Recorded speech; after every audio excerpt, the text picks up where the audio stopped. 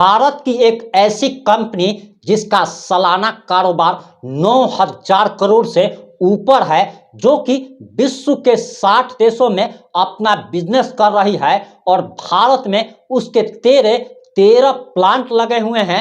अब वह कंपनी बिहार में आ रही है। ना सिर्फ बिहार में आ रही है बल्कि बिहार में ऑलरेडी उसका एक प्लांट अभी चल रहा है, जो कि साल 2023 के नवंबर में शुरू किया गया था। और अब वह कंपनी बिहार में एक और बड़ा प्लांट लगाने जा रही है, जिसमें हजारों लोगों को रोजगार मिलने जा रहा है। और आपको यह जानकर और ज्यादा हैरानी होगी कि इस कंपनी की शुरुआत पश्चिम बंगाल के कोलकाता से शुरू की गई थी। मात्र 295 रुपए के लागत से शुरू की गई थी और वह कंपनी अब अपने कोलकाता का प्रोसेसिंग यूनिट बंद करने जा रही है। आखिर उसे कोलकाता का पहला प्रोसेसिंग यूनिट बंद करने की क्यों जरूरत पड़ गई और वह कंपनी बिहार में कैसे आ रही है, कितने का इन्वेस्ट कर रही है, कितने लोगों को रोजगार मिलने जा रहा है, आखिर वह कंपनी कौन सी है, ये तमाम बातें इस 5 से 8 मिनट की रिपोर्ट में हम आपको बताने जा रहे हैं।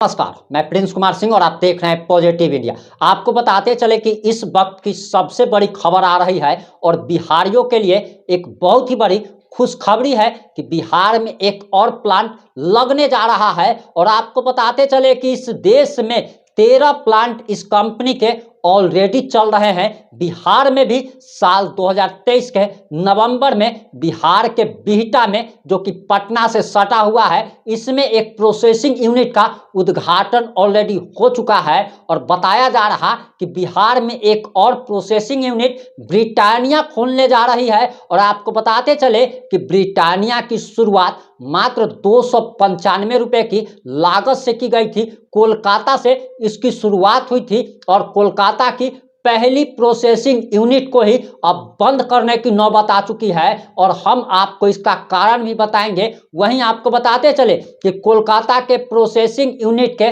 तमाम कर्मचारियों को ब्रिटानिया ने नोटिस दे दिया है कि अब यह प्लांट बंद होने जा रहा है। और रिपोर्ट्स के मुताबिक, जो जानकारी आ रही है उसके मुताबिक बताया जा रहा कि ब्रिटानिया इंडस्ट्रीज लिमिटेड का ताराताला में स्थित यह ऐतिहासिक कारखाना है, जिसे हजारों करोड़ की ब्रिटानिया की कंपनी अब बन चुकी है। हालांकि इसकी शुरुआत मात्र 295 रुपए की लागत से की गई थी। साल 1892 ईस्वी में मात्र 295 रुपए के इन्वेस्टमेंट से ब्रिटानिया कंपनी की शुरुआत की गई थी। और यह कंपनी अब इतनी बड़ी बन चुकी है कि 9,000 करोड़ का इसका सालाना जो है टर्नओवर है।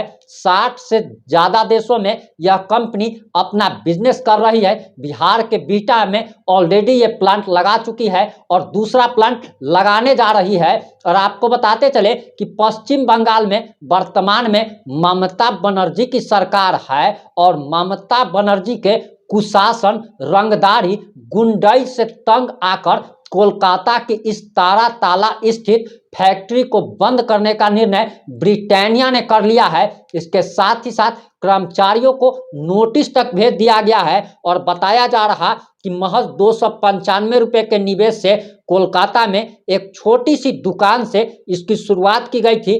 फिर द्वितीय विश्व युद्ध के दौरान इसका बिजनेस तेजी से आगे बढ़ा और हर घर तक पहुंच गया।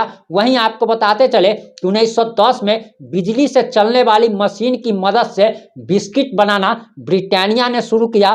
फिर साल 1921 में उत्पादन बढ़ाने के लिए कंपनी ने इंडस्ट्रियल गैस ओवेंस का इंपोर्ट शुरू कर दिया और आज ब्रिटानिया का कारोबार 60 से ज्यादा देशों में फैला हुआ है। लेकिन सबसे बड़ी चिंता का विषय यह है कि हमारे बिहार में अपराध का ग्राफ इतना तेजी से लगातार बढ़ते चला जा रहा है कि जिस डर से ब्रिटानिया कोलकाता से भागकर बिहार आ रही है, कहीं ऐसा ना हो जाए कि 6 महीना 1 साल के अंदर ही ब्रिटानिया को अपना प्लांट बंद करके बिहार से भी भागना पड़े। आपको बताते चले कि पश्चिम बंगाल में ममता बनर्जी के पार्टी के सदस्यों को पार्टी के नेताओं को, और यहाँ तक की खबर तो यहाँ तक आती है कि ममता बनर्जी तक को गुंडा टैक्स देना कंपनियों की मजबूरी है, और साफ साफ कहा जाता है कि इतना टैक्स दो वरना तुम्हें कंपनी चलाने नहीं दिया जाएगा, तुम्हारी कंपनी को बंद कर दिया जाएगा। और इसी से आजिज आकर के ब्रिटानिया पश्चिम बंगाल छोड़ चुकी है। आप सभी जानते हैं कि टाटा वहां पर अपना प्लांट लगाना चाहती थी, लेकिन किस प्रकार से पश्चिम बंगाल से टाटा कंपनी तक को भागना पड़ा था। खैर ये अच्छी शुरुआत है, लेकिन बिहार के वर्तमान मुख्यमंत्री नीतीश कुमार को इन कंपनियों को सिक्योरिटी देने की जरूरत है। बिहार की शासन व्यवस्था को, प्रशासन को अमूल चमूल सुधार करने की जरूरत है, क्योंकि बिहार में जिस प्रकार से हत्या, बलात्कार, लूट का दौर लगातार जारी है, ऐसे में बिहार में एक बार फिर से पलायन का दौर शुरू हो चुका है। क्योंकि लगातार राजधानी पटना में ही लगातार जिस प्रकार के मर्डर हो रहे हैं, उससे आप समझ सकते हैं कि जब बिहार की राजधानी ही सुरक्षित नहीं है, यहाँ तक कि जदयू के प्रदेश उपाध्यक्ष के घर में डकैती हो जाती है, जदयू नेताओं की हत्या हो रही है, बीजेपी नेताओं की हत्या हो रही है, आरजेडी नेताओं की हत्या हो रही है, और जिस पार्टी की वर्तमान में सरकार है, उसी पार्टी के अगर नेता अगर सुरक्षित नहीं है तो बिहार की आम जनता का क्या होगा। वहीं आपको बताते चले कि बताया जा रहा कि बिहार में 500 करोड़ रुपया ब्रिटानिया एक बार फिर से इन्वेस्ट करने जा रही है। बिहार के राजधानी पटना के बगल में बिहटा में साल 2023 के नवंबर महीने में प्रोसेसिंग यूनिट की शुरुआत ऑलरेडी ब्रिटानिया कर चुका है और 200 करोड़ से ज़्यादा का इन्वेस्टमेंट कर चुका है। अब बिहार के लोगों को रोजगार मिलना शुरू हो जाएगा। एक तरफ जहां बिहार के मुख्यमंत्री नीतीश कुमार ने कहा है कि अगले बिहार विधानसभा चुनाव यानी कि साल 2025 से पहले हम 10 लाख से ज़्यादा लोगों को सरकारी नौकरी देंगे, इसकी शुरुआत भी हो चुकी है। लगातार राजस्व एवं भूमि विभाग में भी वैकेंसी निकली है।